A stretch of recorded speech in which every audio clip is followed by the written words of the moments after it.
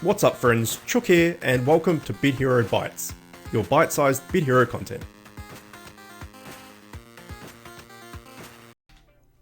Welcome back to Bit Hero Bytes everybody, and today we are mainly going to talk about the shop and some things that have changed since the last episode of Bit Hero Bytes. So if you take a look at the news and we go to notes, by the way, for any new players, if you're unsure of this, when you log in for the first time, you'll get this news option that comes up here and you can scroll through and see everything. If you want to get back to that, you can just click on settings and news. And then from there, you can also click notes here and it will tell you the patch notes of each different update. I know that a lot of players don't know that it exists, so there you go. If we look here, new PvP and trial events have starting, so that's all normal. Idle Expedition has begun, that's fine. Flash sales have returned to the shop, along with new boxes and offers. This is what we're going to talk about mainly in this episode, so we'll get into that in a sec. The Ninja Invasion will be returning soon.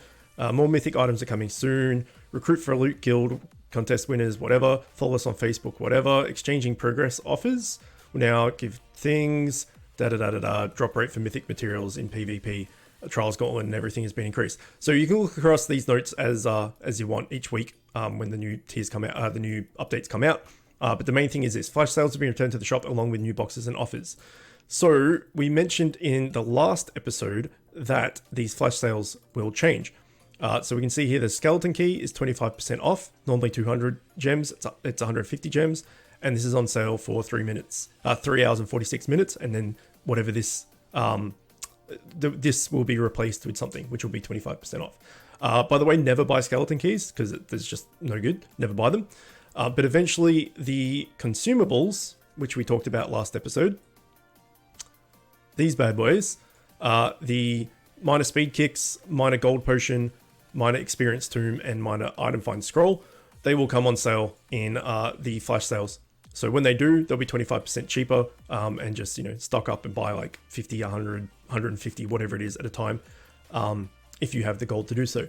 Speaking of gold to do so, they did say that there would be stuff to buy for gold. That is it's not the case yet. As far as I can tell, there's nothing that we can buy for gold. I did not check the trade menu. So there might be something new in here. But they did say that there was going to be things coming in for gold, for purchase of gold. I can buy 5 stat points. Let's do that right now. I can't see anything, so I think that might not be implemented just yet. But the big thing to talk about and the big thing to scrutinize, I guess, is this: a small lucky boost box. It is 1,250 gems, and if we open it up, each purchase awards 1 random item from the box. So you can spend 1,250 gems and you could get an Ultra Gore. You could also get rocket skates, or a capture rate tome, or a major speed kicks, or 1 raid shard basket. It's a loot box. Bit Heroes now has loot boxes. And what do we feel as gamers about loot boxes? They're no good. They're just no good. So yeah, okay, great. You could get this. You're not going to, but you could. So let's go through it. There's Bub Gore. It gives you item find experience, capture rate, gold find, and movement speed by 200% for 3 days. This gives you the same shit for 500%, but for 4 hours. This is the same stuff for 600% for 6 hours, and this is the same thing for 1200% for 12 hours. Now, remembering that item find got shifted around recently, and it is now additive, not multiplicative. Hopefully I said that right. So these gores are nowhere near as strong as they used to be. So my opinion and my suggestion is to not buy this ever. It's just not worth it. That's my opinion. I will never buy one of these unless we do it on stream as a lol at some point, just for the laughs. But it is not worth it. Even if you get an Ultra Gore, which is great, you have 1200% for 12 hours. I would say the vast majority of free-to-play people, and again, all my views are from free-to-play because I am free-to-play, would not have enough consumables of their own to go along with it to make it worthwhile. So we can see here, me for instance, I have 46 token duffels. So I could do, a crap ton of trials, I guess. 10 raid shard baskets, so that's 200 raids. 13 badges, etc. I hoard. I hoard really, really hard. I know a lot of players don't do that, and they're always like, oh, I can't do this, I can't do that, I don't have this, I don't have that. I'm really good with willpower and saving stuff. As you can see here, I've got 5 bit gores, I've still got 2 egg gores. They haven't been in the shop for what feels like 6 months. I've still got 2 bub gores and everything. I'm not going to spend any of this because for this tier, I've already got max TS and I've got a set and everything. I don't need to, so I'm saving them. I know a lot of people don't have that willpower. So what that means is people are going to buy these loot boxes and, you know, maybe potentially get an ultra gore or a buck gore or something and go, shit, yeah, I got it. That's amazing. And they're going to use it. And then they're most likely not going to have a lot of these things in the bank to use alongside it. So they're going to get the drop and then not get the most bang for your buck out of it, if that makes sense. And I think it's kind of preying on new players. Because the lower level you are, the less time you've played the game, the less time you've played the game, the less time you've had to amass these things. And for pay to win people, if they want a buck gore or a ultra gore or whatever, they can just buy the thing bundle, whatever it is, for real life money when it comes out with those gores in it. So it's a loot box. I think we've gone over that. Like, I've gone over that enough. Everyone knows how loot boxes work and what they are and stuff. I don't like it at all. I think that's a shitty thing to do. But, you know, maybe that's just me. Let me know. Let me know in the comments what you think about this. Do you think that this is a good addition? A bad addition? It does give free-to-play people the ability to get ultra gores and buck gores and stuff. But the other thing that makes me nervous about it is that it has no percentages. So if we go to buy this egg, we can see that there's a 3.4% getting chance of getting legendary, 11.8% chance of getting epic, etc. This has no percentages. You just don't know. This could be 0.0001%. You just don't know. There's no way of knowing. I don't like it, man. I don't like it. Let me know what you guys think. Let me know if you're free to play or pay to win. Doesn't matter, actually. Just let me know in general if you are going to buy one. If you did buy one, definitely let me know what you got out of it. If you bought more than one, I want to hear feedback. I want to hear what people got out of these loot boxes if they bought one. But otherwise, yeah, let me know your feelings on that. Another thing to touch on, this is going to be a bit of a longer episode, actually. I can talk about this while doing stuff that I couldn't really because I needed to showcase it. Is the expedition that is currently live in Bit Heroes and will be around for the next little while. A lot of new players ask me with expeditions, what's the deal with them? How do they work? Why are there different places? Like, why are there 4 different ones to do? What's the difference? Which one should I go for? Etc. etc. So I'm going to try and alleviate some of those pains and answer some of those questions. I've got a graphic to show which will make it a little bit more easy to understand. So the thing with expeditions, and the thing to understand with it is, if you go in here, just like everything else, you can choose to use 1, 2, 3, 4, or 5. Always use 5.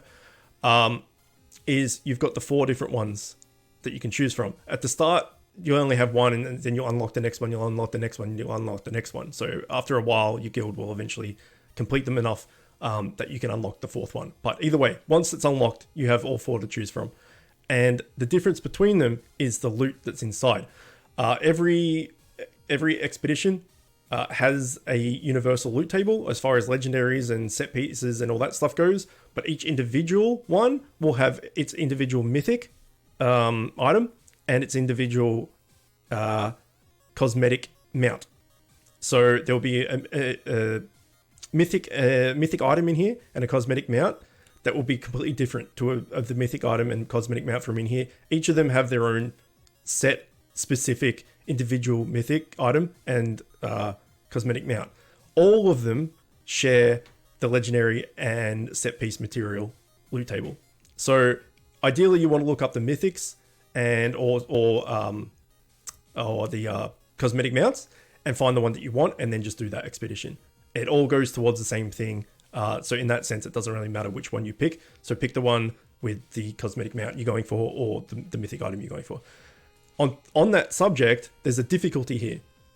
You can do difficulty 1000, which is what I'm doing. You can do difficulty 5.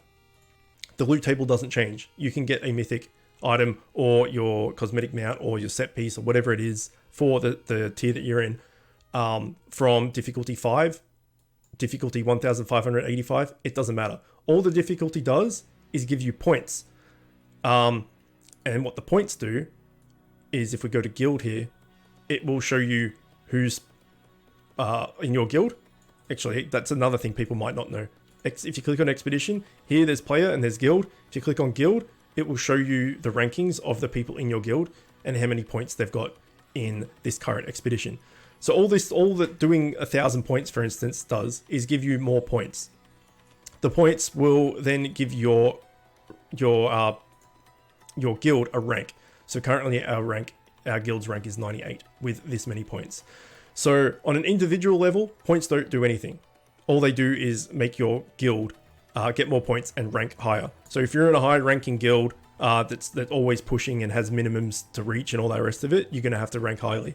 What I suggest for the common folk, for people that aren't in these uber top whale guilds and all the rest of it, is to find the difficulty level that you can do on auto without using any potions and worrying about anything. You just click go and it does it and you clear it. Say that's level, for me, let's say that's level 1000, right? I can do this without dying. Great. I could probably do 1400, but I would have to manual it and use potions and everything like that. It's going to take a lot more time. It's going to be a lot more frustrating. And in the end, it's the same loot table. So if you're in a guild that doesn't really care too much about pushing really, really hard, if you're just in a casual guild or a guild with friends, all that sort of stuff, just pick a difficulty that is easy for you to complete the expedition and not tear your hair out. Because no matter what the difficulty you do, you're going to have the same loot table. Speaking of loot table, here is an image of the loot table of these current expeditions. So if we see here, this Blublix portal has a mythic main hand. While above 50% health, damage increase by 5%. So that is the mythic from this portal. This one, mythic offhand, it has, what am I looking at? Sorry, 1% block, 1% evade, 1% damage reduction, 0.5% absorb, and 0.5% deflection chance on an offhand. So that's a really good tank offhand. Next one, the Wizbot portal, which is where we are, is a mythic head that gives you 5% chance to gain 2 SP per turn. Now, your SP is your little blue bars here. These like your mana effectively. So that's 1 SP, that the next one would be 2 SP. You have a 5% chance of gaining 2 SP per turn on a helmet. And then the last one is a body that has 2% dual strike and 0.5% quad strike. So for me personally, the helmet is the one I'm going for. And that's why I'm doing this specific, I'll just turn that off for a sec. This specific expedition, because the build that I have right now and the set pieces and everything that I have right now, the helmet I'm using is a legendary. So if I can replace that legendary with a mythic, then it's good. So if we take another quick look here at the drops, we can see that the body has 2% dual strike and 0.5% quad strike. I run a very, very high dual strike build. I have 37.7% dual strike. So I would like more dual strike, but if I got that body, I would have to replace this set piece, in which case I would only have 3 of the set pieces and I wouldn't get that 4th bonus of the set piece. Whereas the helmet I have is legendary, so I can replace that with a mythic.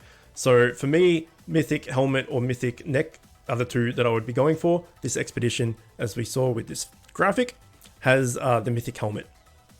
So that's why I'm going for that particular expedition portal. So it's as easy as that. So we'll just do another one and go for it here.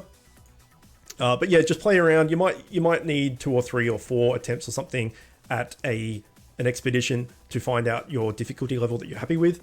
So I can do 1,000 on this one. If I did 1,000 on a different one, I might not be able to do it as easily because there might be a specific enemy in there that's harder for my build or something like that. So just play around with it until you find like the sweet spot. And then yeah, just keep doing that. So I think each time there will be an expedition, then I will definitely make one of these Bit Hero Byte videos, and I'll try and get a graphic for it to show you what each individual portal of each individual portal of the expeditions, which they have. My God, I butchered that sentence so bad. Which portals have which mythics items in them from the expeditions? So I got it out eventually. So that's basically it for this episode of Bit Hero Bytes. It was a bit of a longer one where we're at like 15 minutes. I'm going to try and keep these around the 10-minute mark, but there was a bit to get through today. So I just wanted to make sure everyone knew that. Going forward, I won't really baby the viewers and explain everything in intricate detail as I did today. But I've had a few questions recently about expeditions, so I thought I would just tackle those questions in the video once, and now I've done it. I don't really need to do it again. But yeah, hopefully that gave you an idea of what expedition to go for, and the fact that the difficulty level makes no difference on the loot that you will get. So we're still waiting for this this gold purchases that they're going to make available. Everyone thought that it would come out with the change to the shop. It didn't, unless I'm missing it. If someone knows of anything where you can spend gold for something, let me know. But I've scoured it and I can't seem to find anything different. So yeah, let's leave it there. I've got trials and stuff to do, but this video is already going longer than I intended it to. So definitely let me know again about these loot boxes, what you feel about them, and if you've got them, if you bought one, what you thought about it, and what you got out of it, because that would be interesting to see. Anyway, that is it. As always, thanks for watching, and I'll see you next time.